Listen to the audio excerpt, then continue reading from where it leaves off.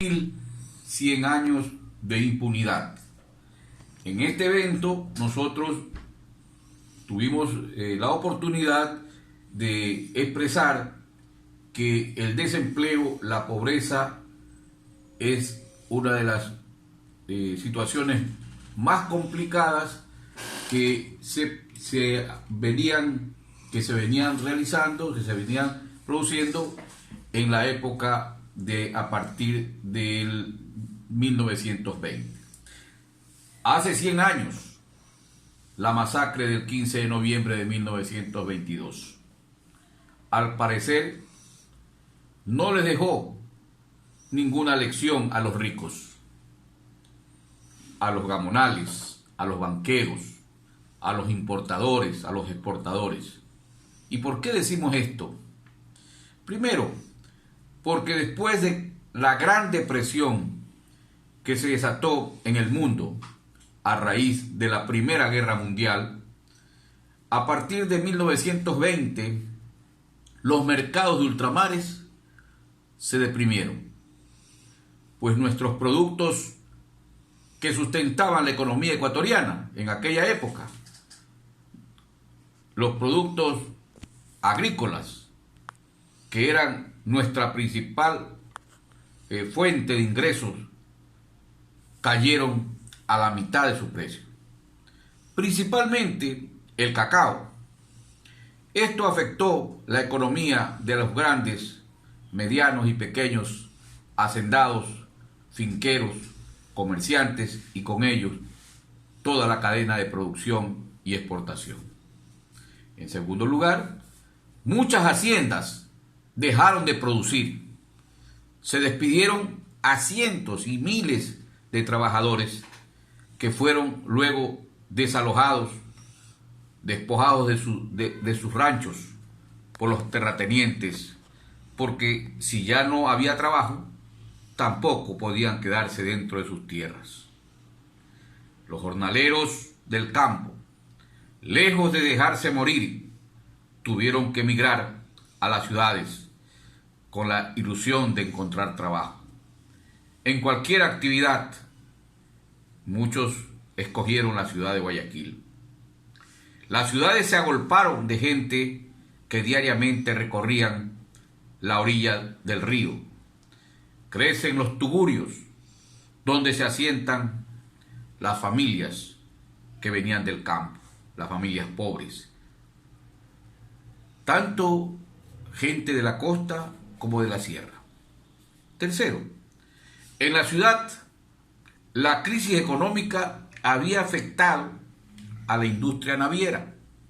Esto es a muchos trabajadores, carpinteros y toda la generación de empleo que significaba este asunto. Fueron despedidos de los astilleros muchos trabajadores, pues ya no se construían las embarcaciones, ni grandes ni pequeñas.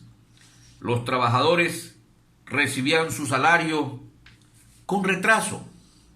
Muchos de los dueños de los aserraderos habían viajado al exterior y solo quedaban al frente de la empresa los administradores, los capataces, quienes no daban solución a los problemas, y la gente venía protestando por la falta de pago y los continuos despidos. Los carpinteros que habían reconstruido la ciudad de Guayaquil después del gran incendio dejaron de laborar porque los dueños tenían muchas deudas con los trabajadores y no les pagaban por falta de negocios y porque no había plata, según decían. En cuarto lugar, las mujeres trabajadoras que laboraban en la orilla de la ría Guayas, las escogedoras de café y cacao, así como las lavanderas, ya no tenían trabajo, puesto que su actividad, que estaba relacionada con el comercio exterior, se había deprimido. Y por eso fueron lanzadas a la desocupación cientos de mujeres trabajadoras. En quinto, los dependientes de tiendas y mostradores, así como los estibadores, los plomeros, panaderos y vivanderos. Muchos deambulaban por las calles en busca de cualquier trabajo que les permita llevar un bocado de comida a sus casas. Muchos incluso le decían a los patronos que los emplearan solo por la comida, sin pago de salarios. Entonces aparecieron los limpiadores de casa, los jardineros, los cargadores de mercado, los ayudantes de cocina. Bueno, los arréglalo todo, que decían en aquella época. Sexto, los trabajadores de las compañías de ferrocarril de Durán, una compañía inglesa americana, de fuerza y de luz eléctrica, así como los de carros urbanos, tuvieron que paralizar su trabajo porque se despidieran a más y más trabajadores cada día y su salario no lo recibían sino de manera atrasada. Luego, los trabajadores de los mercados quedaban sin jornales de trabajo. Esto obligó a que se produzca, en los casos de las familias de trabajadores, por ejemplo, de los ferrocarriles, que hicieran actos heroicos como el de tenderse en las vías de ferrocarril para obligar a la empresa a pagar los sueldos atrasados y resolver el conflicto que se había generado. En el caso de los trabajadores de fuerza y luz eléctrica, tuvieron que paralizar sus actividades dejando sin energía a la ciudad.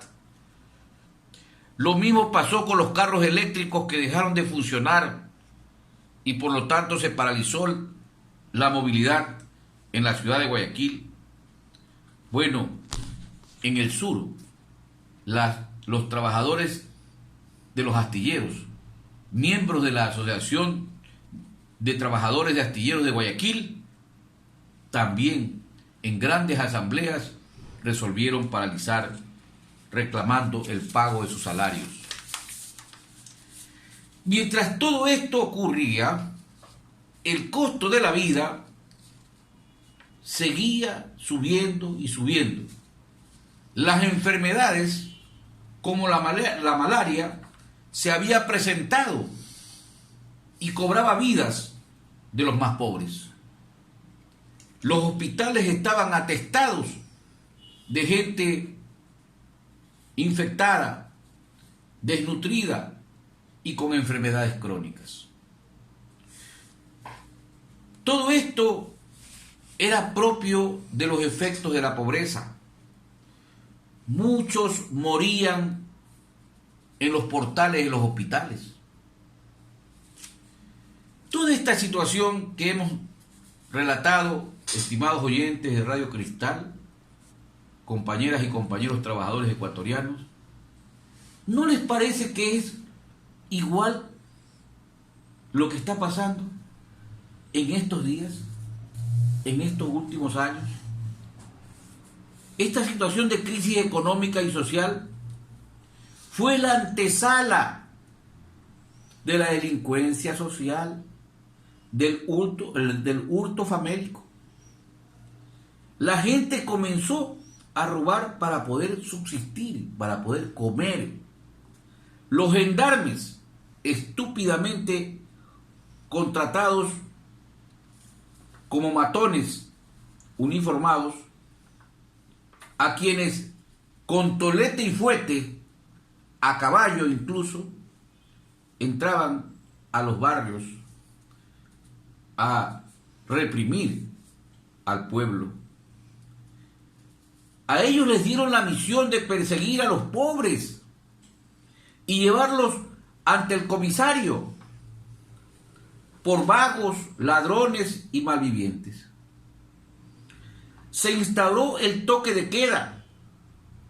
Todas las noches, después de las 6 de la tarde, nadie podía salir de su casa, si es que no tenían justificación por trabajo. Podían transitar solamente en las calles las familias ricas en sus coches y carruajes. Podían circular a cualquier hora del día y de la noche. Los pobres no. La situación se había puesto tensa.